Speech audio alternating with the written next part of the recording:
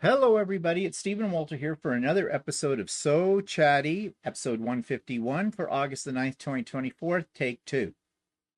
We already recorded this today. At least I thought we were recording.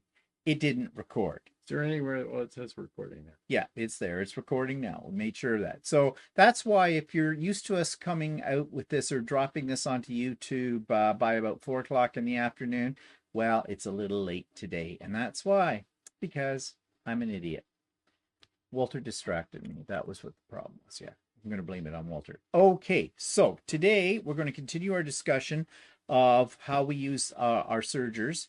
But before we get into that, just let's show you what we've been working on. So what I've been working on is the Underground Railroad quilt. You've seen the top before. It is now completely quilted and done and bound. And on Tuesday next week on my regular Idiot Quilter episode, I will be going into detail about the custom quilting I did on this and some of the problems I had with that because it's the first time I've ever done custom quilting on my long arm.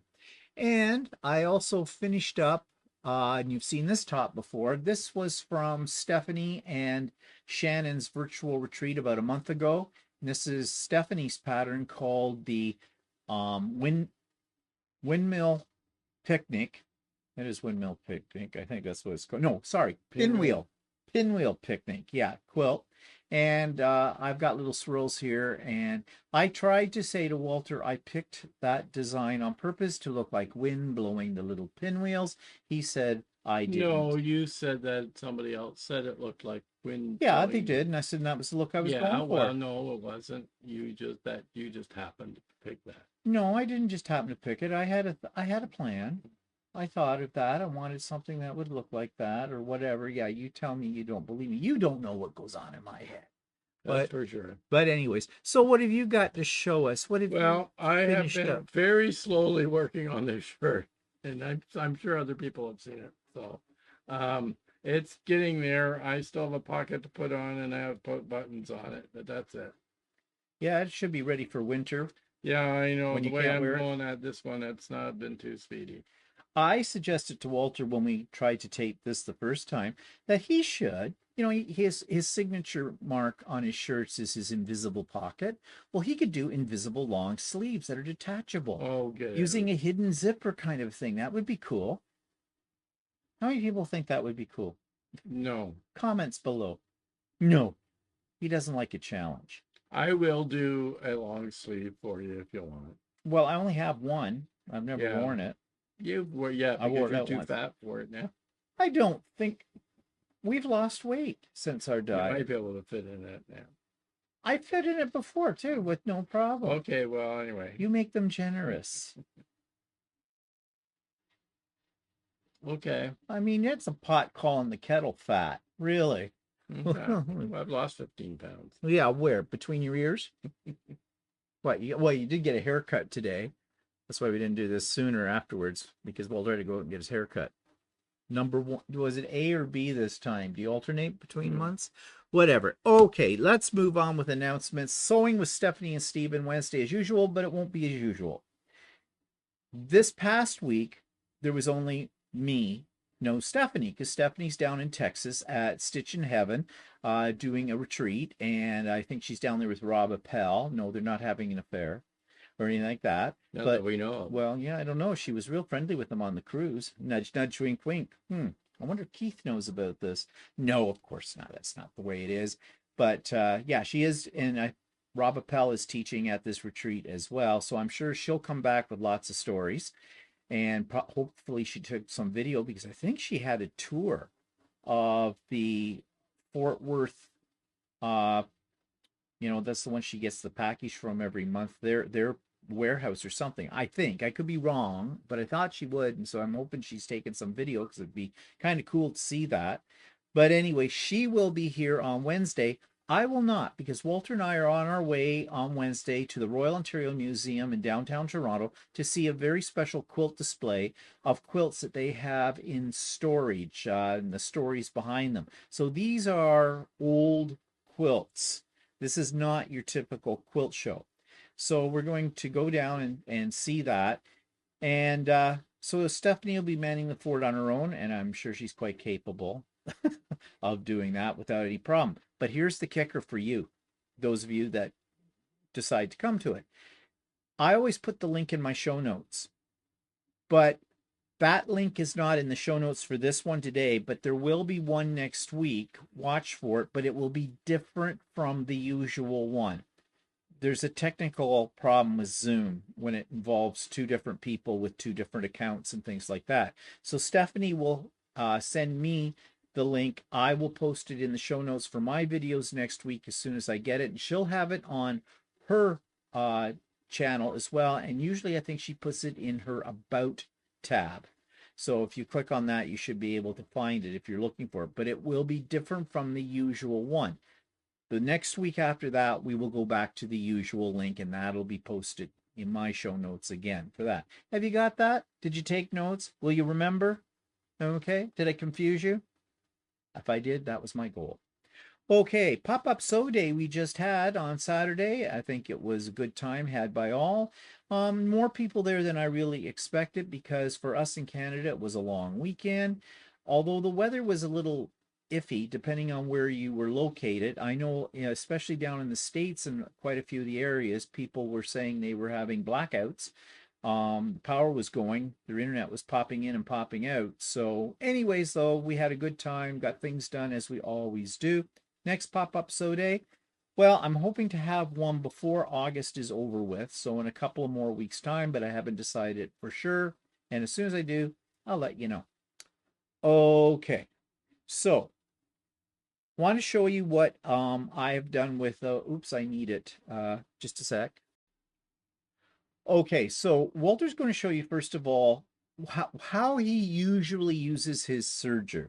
I only use it for garments. I don't do a lot of quilting, so I only use it for garments. And I started using it. I had it for a while. I did a number of garments through an instructor. And so vast majority of the garments that I did use the serger for were stretchier fabric like fleece or jersey or used it in certain specific areas of a garment so that was easier for using the serger. Or I provided a stronger hem or whatever. So one of the first things I used the serger for was this hoodie that I made. I like that hoodie. And part of it's done on the sewing machine and part of it is done on the serger. And the parts that are done on the serger are basically the seams, all the seams inside for attaching the sleeve and the sides and everything. So this is one of the sleeves, and the serger, the edges serged on the two pieces are serged together. And what's nice about it is that the serger provides a stretchy seam, so that on these stretch fabrics and stuff like that, that's what they're really designed to do, is provide seams on stretchy fabric so they're easier to sew. And that and jerseys and t-shirts, and you'll find that on commercially made garments as well. I also use the regular sewing machine on this as well for doing the pockets and stuff like that, but the serger was nice to zip up the fabrics on the inside and quickly sew the stretchy fabric. So now, you mentioned that you can get a stretch stitch on a domestic sewing machine. Yeah, there's a stretch stitch on a domestic sewing machine. A lot of them have it, and they look like a lightning bolt. Or you can use a common zigzag to give you a stretch stitch as well. That's what a lot of people do that just have regular sewing machines. However, it does make a superior seam when you're in a more finished look if you're using a serger. Okay, so hold that whole thing up so people can see what it looks like here, because I'm sure we have shown it before, but it's been some time. I don't think I've ever seen you wear it. I've worn it a couple. The only thing I don't like about it is it's got a hood, and I'm not big on Okay, hoods. that's not really holding it up. Hold it. Want me to put it on? Yeah, put it on. That would be better. Model it. Model it. Should I play some shikaboom music here? La da da da da da da da. Not stripper. Okay. Can you get it on? You've put on more weight since you made it. No, I haven't. I've got. There. Yeah. It's kind of nice. I like that. You look beautiful on me. Mm-hmm. Absolutely gorgeous Mm-hmm. on me. You should make me one. Yeah, I could do that. Yeah, you probably could. Yeah, I wouldn't mind one. Revisit the Yeah, how to do it. instructions. Yeah, give you something different to do. But I'd probably not make it with a hood. You don't like it with a hood, right? No, I'd rather not have the hood. Yeah, that's the only part that I don't really like. I only made it with hood because I never made a hood. So Where's the? Okay, let's rob a bank. let's steal a car, right? Whoa, that makes you look like someone in a nursing home. Yeah, okay. I want one, no hood. It'll mess my You hair. can feel it's heavy. Yes, it is. It's very heavy. Yeah, but it's very nice. So anyway, so I guess the whole idea of using a serger, get back here in the shot, when you do something like that too, is because this is stretchy material, and because when you're putting on a garment and taking it off, you're putting stress on your seam. Yeah. So I guess that keeps your seams And if from you popping. see any commercially made hoodie or something like that, you will see the same kind of seams on the inside of a commercial made hoodie. Yeah. So that's one. And then on a pair of shorts I made, these ones, I'm not going to model them. They're shorts with cargo tight style shorts. And again, they're mostly done on the sewing machine, but then I did use a serger for the zipper flap on the inside. I serged so that it wouldn't fray. And I also serged the edge of the pockets to provide more support. And sergers are great for going around curved pieces and stuff like that. So I mean, you can still do it all on a sewing machine if you really wanted to, but the serger does give it a little bit better seam. Well, it would make it more secure too, Yeah. because if you're pushing your hands in it or putting Yeah. stuff in your pocket, you don't want it dropping down your leg. Yeah. So I've done all the pockets with the serger and stuff like that. So, and the inside seams I've done also with the serger because they're easier to do. So, And no one wants to bend over and rip out their crotch. no, Yeah. so that's that. Now, I did use the serger to serge down my inside seams for my shirt, right? But Yeah, you can see that. They can't. no. Turn it around there. Right. My side seams. My side seams here, Your side seams there. right? Okay. And other side seams. My inside of my my armhole here are all serged, right? Now, normally you would do something called a flat felt seam on the inside of the shirt with a domestic sewing machine. And what that does, it gives you a really nice finished look. It looks the same on the inside as on the outside.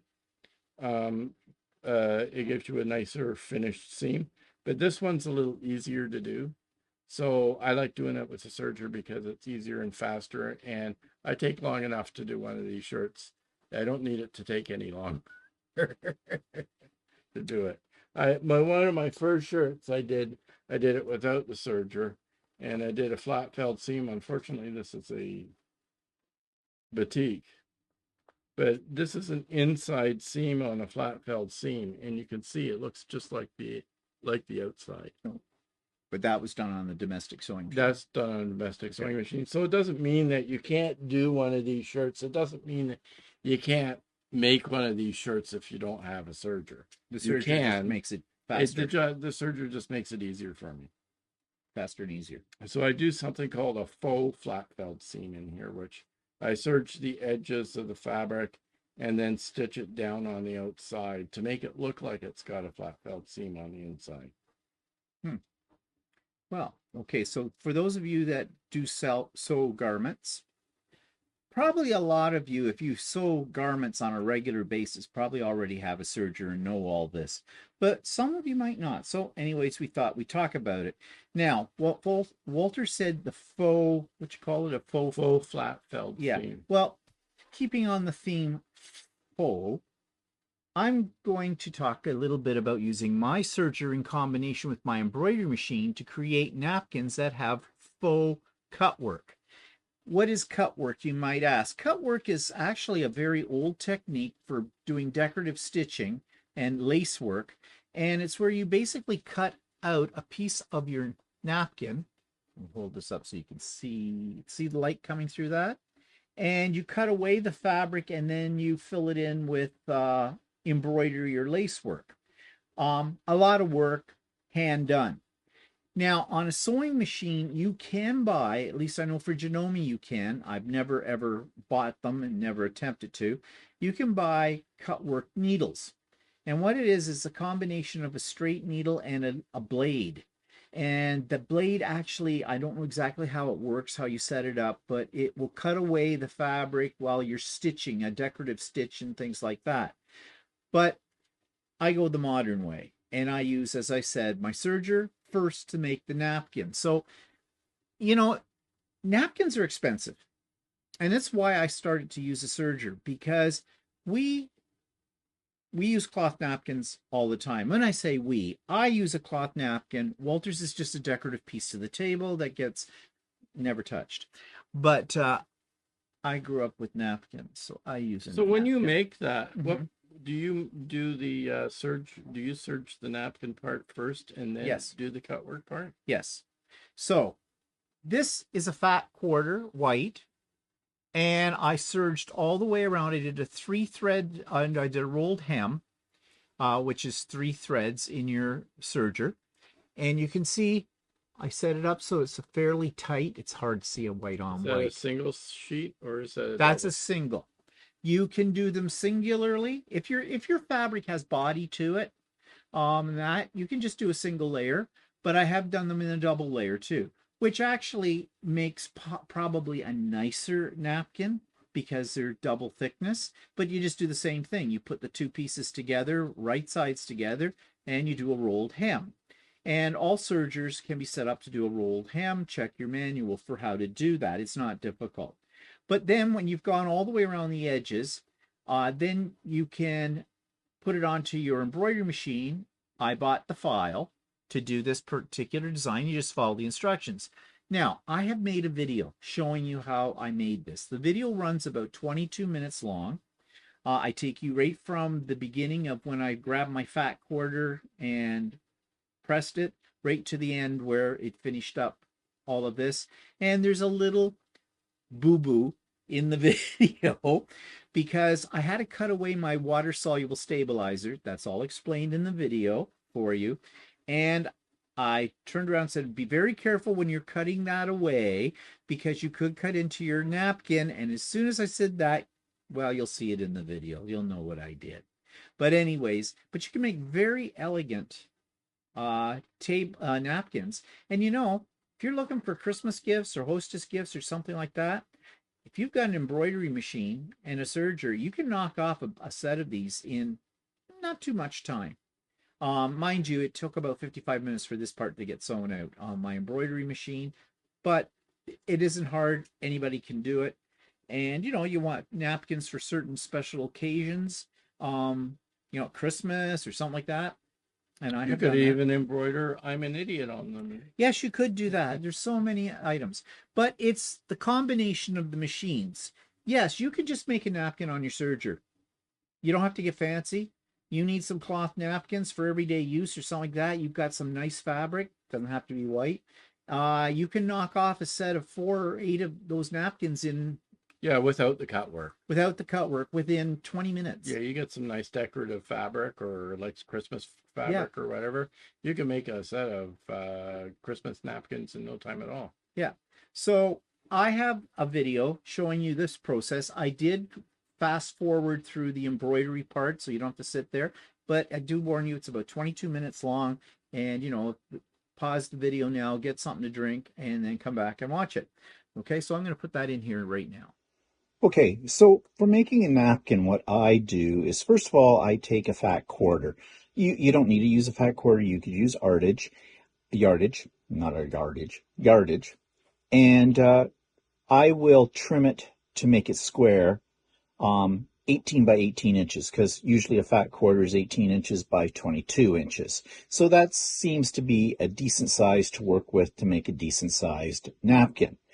Now, you can take two fat quarters and lay them on top of each other with right side or wrong sides together and put that through your serger if you want a more substantial napkin. It depends on how thick you want your napkin and how thick or the texture of your fabric. And if you weren't using just quilting cotton for this, you could use other types of fabric as well to make them. So really, it's a personal choice for you. But the first thing I have to do before I do any cutting or anything else is I need to, of course, press this piece of fabric. And I have, and you can see some of the droplets, I have sprayed it with acorn pressing solution. You might want to use some kind of starch or starch alternative just to stiffen it up a little bit. It does make putting it under the serger blade a little bit easier, but that's really up to you. It's a personal choice. So I'm going to iron this and then I'll show you what comes next. One thing I forgot to mention is I am going to do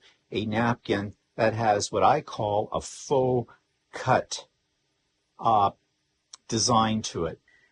In a traditional full cut work, that's the word I want, cut work type of napkin, this little corner embellishment here, you can see there's no napkin underneath it.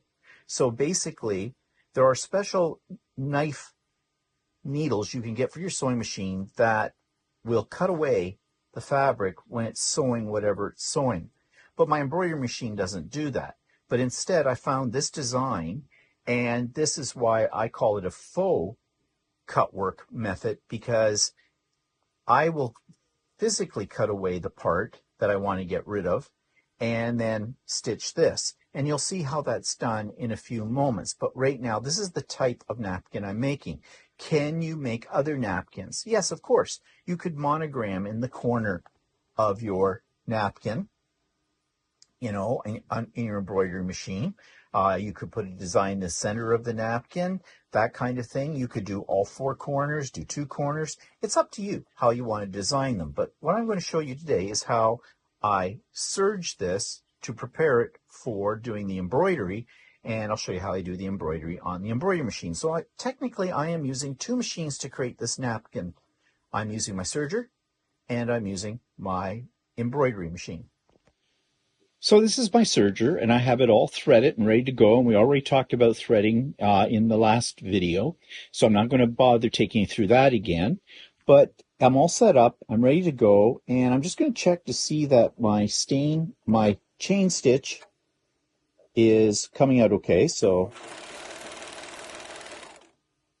yep, no problem. But I have to set up the machine for a rolled hem, because on my napkin, if you take a close look at it, that's what I have here, is a rolled hem. Now, I'm using white thread. I could use any color that I want, but I'm just sticking to white because that's what's loaded in my machine, and I'm making white napkins. Okay, so the machine is all threaded, but there are some things you need to do, and I don't think this will vary that much from one machine to another. It could slightly, but on my Janome 2000D, I have a little switch right in here, if you can see it, and there's an R and an S.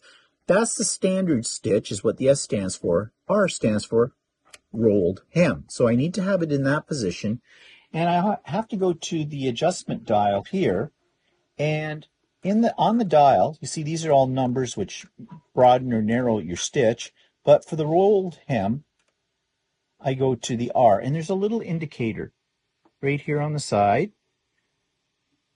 See that okay? And I'm just lining that R up with that setting right there.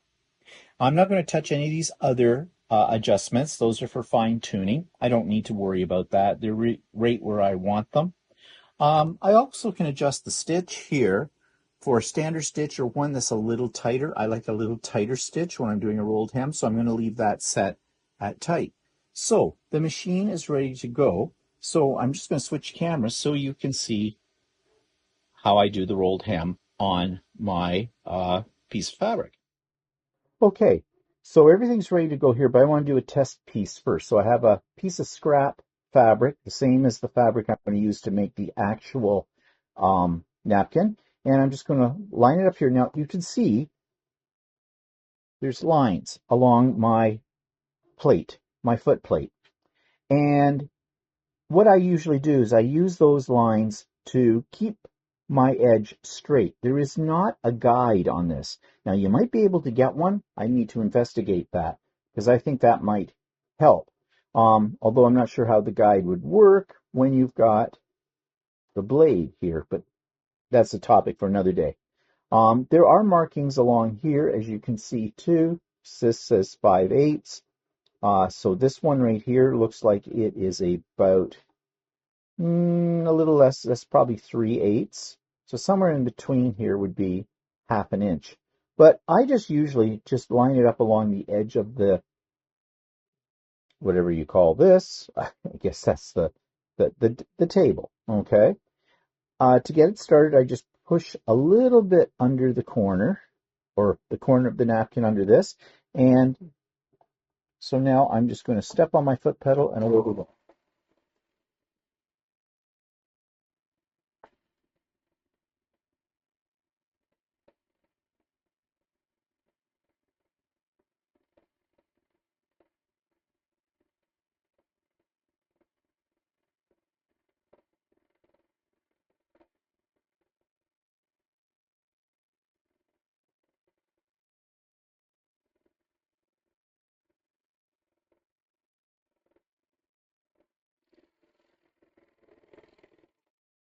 Okay. And that's looking pretty good. I'm happy with that. Okay. Now, one tip. If by chance you don't like what you've done here, or you didn't catch your fabric or whatever, depending on how much fabric extra you have in your piece, you can just serge over it again and just move your seam off to the side, and that'll cut that off and put a new line on. So, don't, because you got a little crooked the first time you did this, don't necessarily throw out your piece. Okay, so I'm happy with that. So here is my napkin. Is there a right side and a wrong side? Not when you're doing a rolled hem, so it doesn't matter. The trickiest part is keeping it as straight as you possibly can. So I find I use that guide, and I will sort of hold on to the fabric here, and away we go.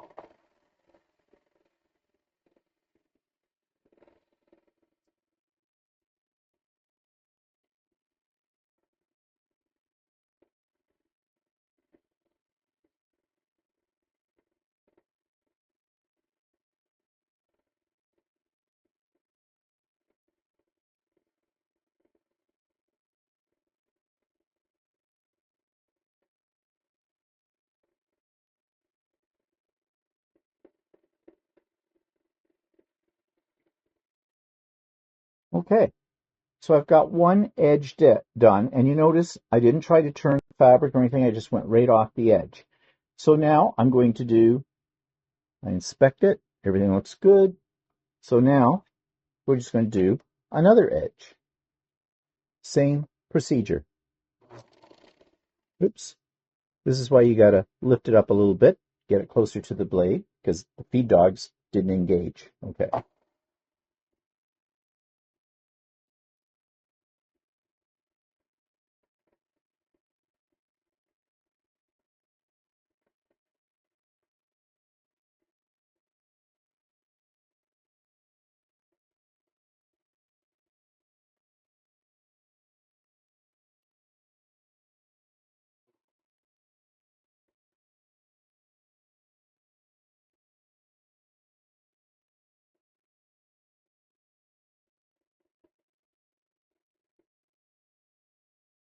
All right. So I've got a second edge done. Just taking a look to make sure everything is where it should be. It is. It's looking good.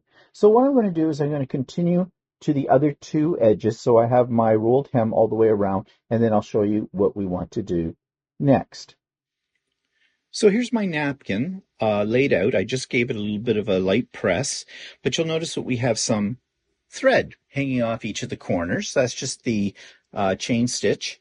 And to keep it from unraveling, I usually take a little bit of fray check and put a drop at each corner, and then I heat set it with my iron.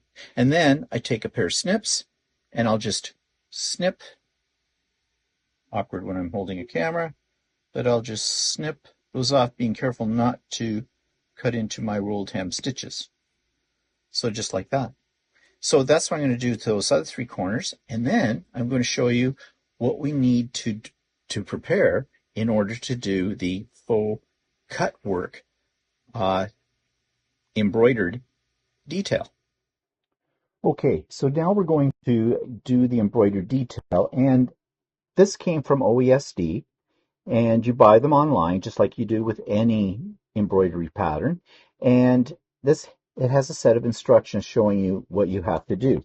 And if we take a quick look at this,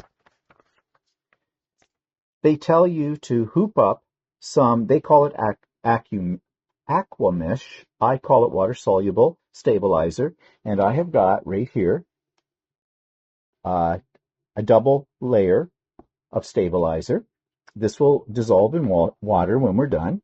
I have my hoop, and of course the program tells you which hoop to use. So this is the one I need, and I do need some temporary adhesive, and I'm using 505 basting spray for this, and you'll understand why in a minute. But essentially, what you're going to do is once you have your stabilizer hooped up, and before you put the napkin into the hoop, you're going to have it stitch out a guideline. And this is where you're going to match up the one corner of your napkin with that guideline. I know this is very difficult to see in this camera shot, but you'll see it when I put it onto the machine. And then what you do is you will cut that corner off very close to the stitching line, very much the same way you would do in the hoop applique. And then it will do another tack down line, and away you go. And it'll select your design for this.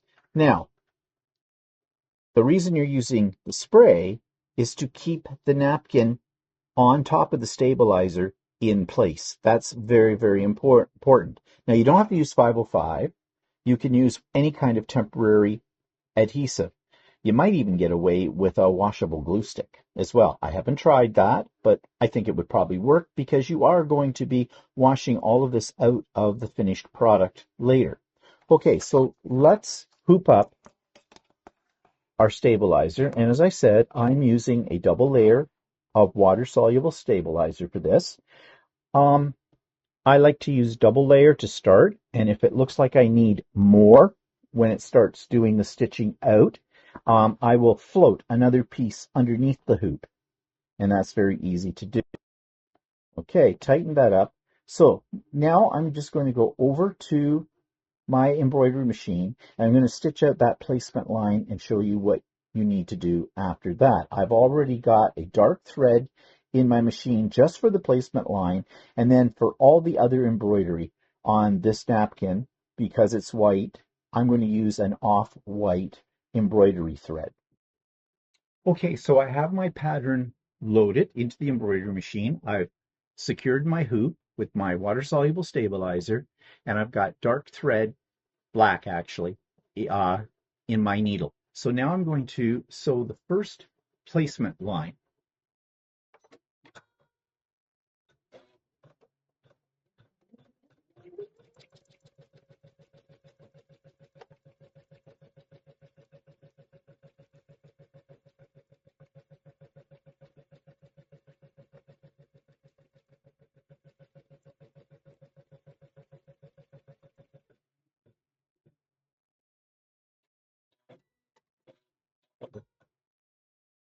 Okay, I'm just going to get rid of my black thread, and I'm going to thread my off-white, my beigey colored thread for this project. You would use any color that you desire. So I'm just getting this threaded into the machine.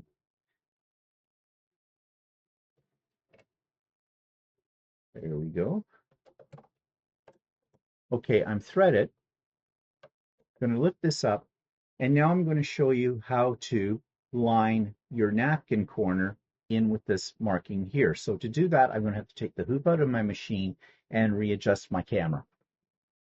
Okay, so I want to place the corner of my napkin in this guideline, and I'm looking at these two lines on either side. They will match the corners of the napkin. So if I do it first, you see, I'm just getting it very close to that. And so this is the area that we will be cutting off in a moment. And then the design is going to be stitched partially in the napkin and the other part of it right here into the water soluble, so that there's no fabric underneath this lacy pattern. So I'm just going to peel back the corner.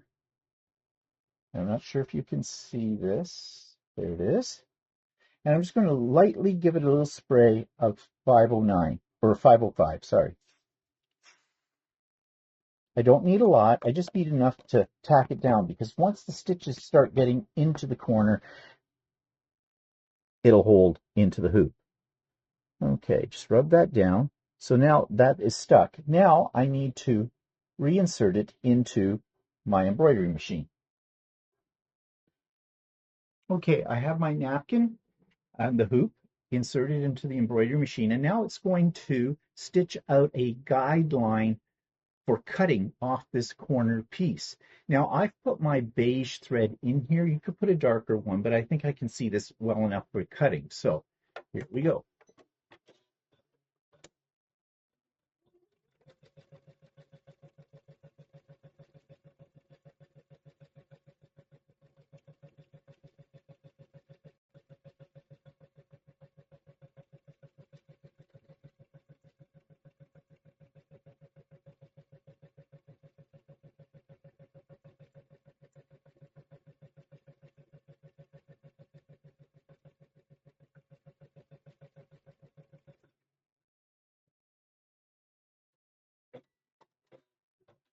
Okay, the machine has finished putting down my tack down line, and it'll be my guide for cutting this piece off.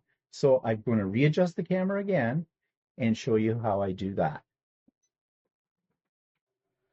For this step, I'm taking my duck-billed applique scissors, and I'm going to try to cut as close as I can to that tack down line without cutting it. And this is the same procedure that you would use if you were doing in the hoop applique. So get it started.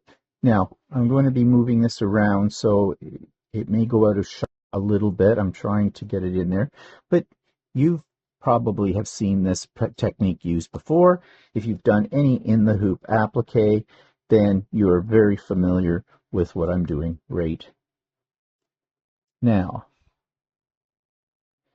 And just a little bit more. Got to be careful you don't cut those stitches, or you'll have to start all over and you've wrecked your napkin.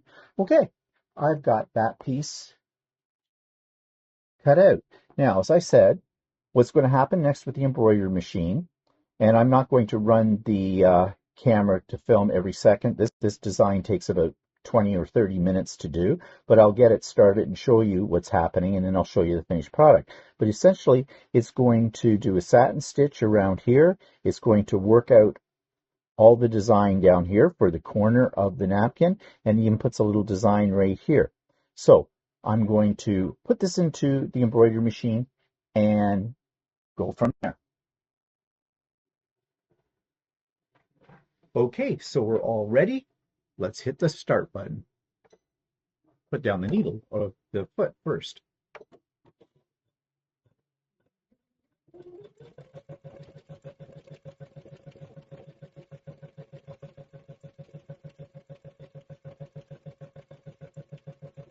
So you can see why I didn't need to use a lot of the basting spray. It was just enough to hold down the napkin corner until I got stitches in it. And the stitches are in there now, and so it's not going to go anywhere. So it's going to do this, it's going to take it, actually I lied about the time. My machine says it takes 55 minutes for this. So I'm not going to record a whole 55 minutes from this, but I might fast forward a little bit of it so you see it when it starts putting in the lace in here. But right now it's just preparing this join with for the satin stitch.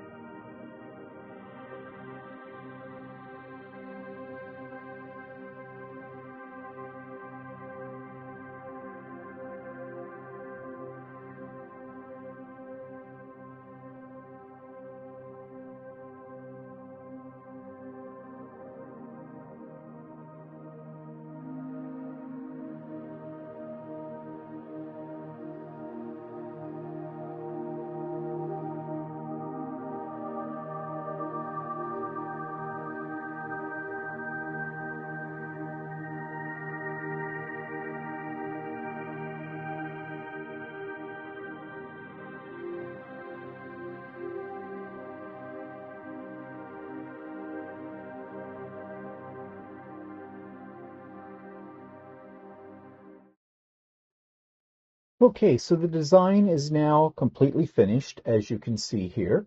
And what I need to do is cut away the excess stabilizer. Very carefully, don't cut into your fabric. Ask me how I know if that's a bad thing. And cut, it's a rough cut around this.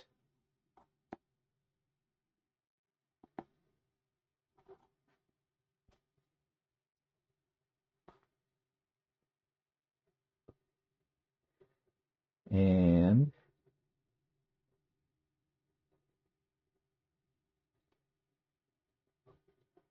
okay. I just did what I said you shouldn't do. Yeah. I cut into the napkin here. So I'm not going to worry about that for this one because I've already got a couple of these made and I'm making them just for demo purposes right now. But there you go. You can see a mistake that I've just made. I cut into the fabric and it's so easy to do it. And now that's completely ruined. You can't save that. However, luckily, I have one already made. So after you cut away the excess stabilizer, I wouldn't be an idiot if I hadn't done that, would I? And there you go. And all I'm going to do, or what I was going to do with the other piece was, you just fill up a sink with water, a little basin of water, a little bowl of water, whatever, and drop this in for about 30 seconds, swish it around, and all of that water-soluble stabilizer will come away. And then I take this and I lay it flat. I put it between a couple of layers of paper towels and blot the water out of it. And hit it with a steam iron just gently, and then I let it lay on my drying surface for, an hour or so, or overnight even, and let it dry. Now, the one thing about this is very stiff at the moment, but when these napkins get actually washed in your washing machine, this is going to soften right up because it still has some stabilizer residue in the pattern. But I like to let it do that first before I wash it, and then I'll wash it and dry it, press it, and it's completely done. So there's using your serger with your embroidery machine to create some very elegant napkins. Okay, so next week we're going to continue with what we do. It's going to be probably more me, and actually next week's going to be very experimental because right now a lot of people, or you hear a lot of buzz out there about doing a quilt or parts of a quilt on a serger. I'm not completely sold on this idea. I have been doing some research. I've been watching some YouTube videos. Bernina has a brand new Serger, cover stitch Serger combination machine. Very expensive. I just looked up the price and I saw it in one Canadian online store for like $7,000. But Bernias aren't cheap. But I saw this video, and all you have to do is go in and put in Bernina Serger in YouTube, and you'll find videos about it. But they're trying to push the idea that this is a quilter's serger. That's how they're marketing it. Comes with a little kit for quilting, supposedly. I don't think there's much in the kit, except there is a kit for making a quilt and the instructions for it. And it's got applique and other things. Well, I watched the video today, and I'm not sure. I think methinks the lady doth protest too much. They're really trying to push this machine to the quilters. But anyways, I'm not done experimenting with it. I saw some more videos, and I am going to try. I tried something earlier today. It worked, but I don't know. But I'll talk more about that next week. Okay, so stay tuned for that. Okay, comments from the past week. We had two here that stood out. This one's from Michelle. I agree 150% with you regarding embroidery machine doing long arm work. Okay, I picked this one up because I'm always going, you can't quilt a quilt on an embroidery machine. Don't do it. I have tried. And it is complicated, and it does not give you the result that you really want, and you will lose your hair. Okay? I know there'll be people that are going, I've done it 1,000 times, great success. Show me a video where you've done a queen size quilt on your embroidery machine. I dare you. I double dog dare you. But in the meantime, at the pop-up sew day, I had made a Christmas table runner, and for some reason, being the kind of person I am, I get this brilliant idea and go, I haven't done any faux quilting. I'm going to call it faux quilting because it's not real quilting on the embroidery machine, and it was only 3 blocks, this table runner. So I thought, yeah, I'll do a little motif. I've got some patterns I've had on my machine for quite a while that are quilting patterns, supposedly, and away I went. Yeah, I got just started into it, got about 6 inches of it done, and I got a giant's bird's nest underneath, and I had to get the hoop off the machine, and without trying to pull my fabric out, of course, and I had to get underneath it with my hooked scalpels to saw away at the big thread nest to release everything.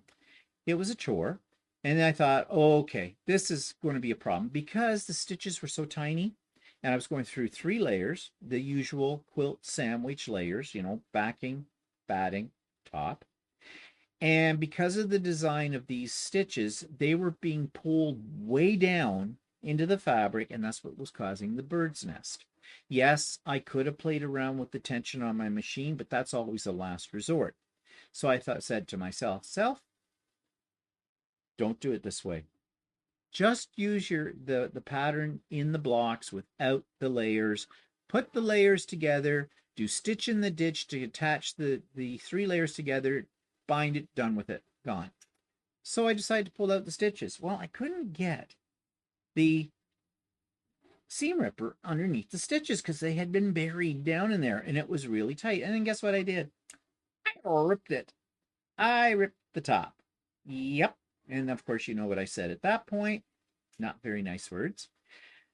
But luckily, I had done it in the very last row. So I took my borders off a little bit, unseamed them a ways back, rebuilt that little block. It was only 3 little blocks that went into it, stitched it back up, and then put it on the machine and just did the top. And that was fine. But let that be a lesson. And the reason I'm bringing this up in regards to this agreement Michelle made with me about not trying to quilt your quilt on a machine. This is why. This is one of the many things that could go wrong. Luckily, I had a small piece. I was able to fix it without that big a problem.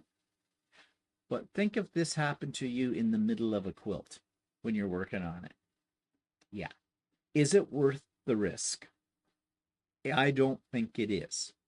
So that's one thing. And the other comment was, yes, I use 1 cone of woolly nylon for rolled hems on napkins as it fills in the thread edge thicker.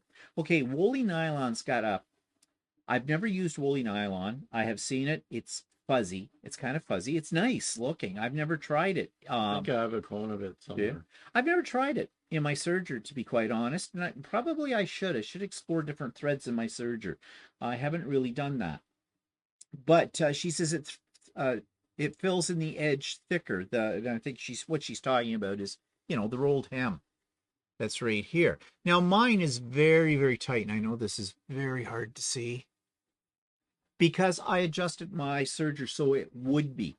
But if you don't adjust your serger, you could get bigger gaps. And so I guess what she's saying is the woolly nylon fills that in if you happen to have that situation with your machine.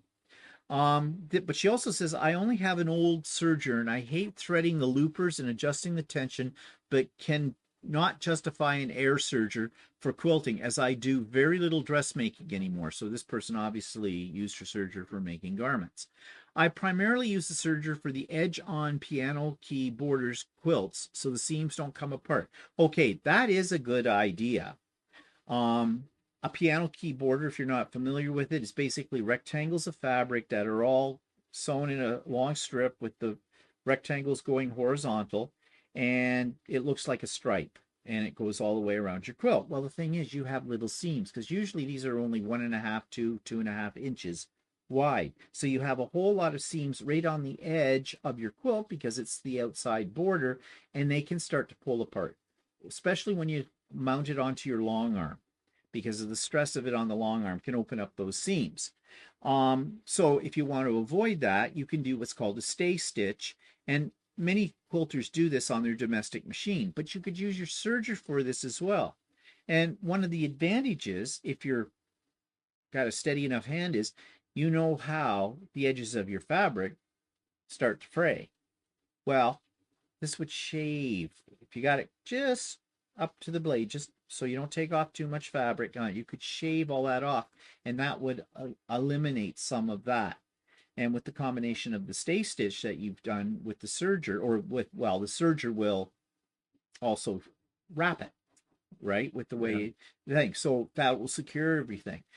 In my mind, I think I don't think there's any time saving in that, but there's a security issue, especially if you're going to have somebody else long arm it for you. If you're long arming it yourself, you probably can get away with, well, I've done it. I just put it on Lucy, and because you're basting the quilt and you baste down those sides, you can, if your seams look like they're starting to pull apart there, well, you just, when you baste it, it puts them back together. So that's how I do it. But if you're sending it out, you want to be secure, then maybe that would be a way to do it. And maybe a serger, if you got one, you can give it a try. Whatever. I mean, I wouldn't run out and buy a serger. No, not just for that. You could just do the basting stitch on your domestic machine. Yeah. But it is another technique. Well, I'm exploring other things about using the serger that I have never thought about before. So next week, I hope to bring you maybe a demo on one thing and some suggestions on other things that I find out. So that'll be in next week's So Chatty. So anything no more you want to add? No. Okay. And as I look at my record button, yes, it says everything is recording. So this is good. So, okay. So we're going to go. We'll see you next week. Have a good week. Bye for now. Bye for now.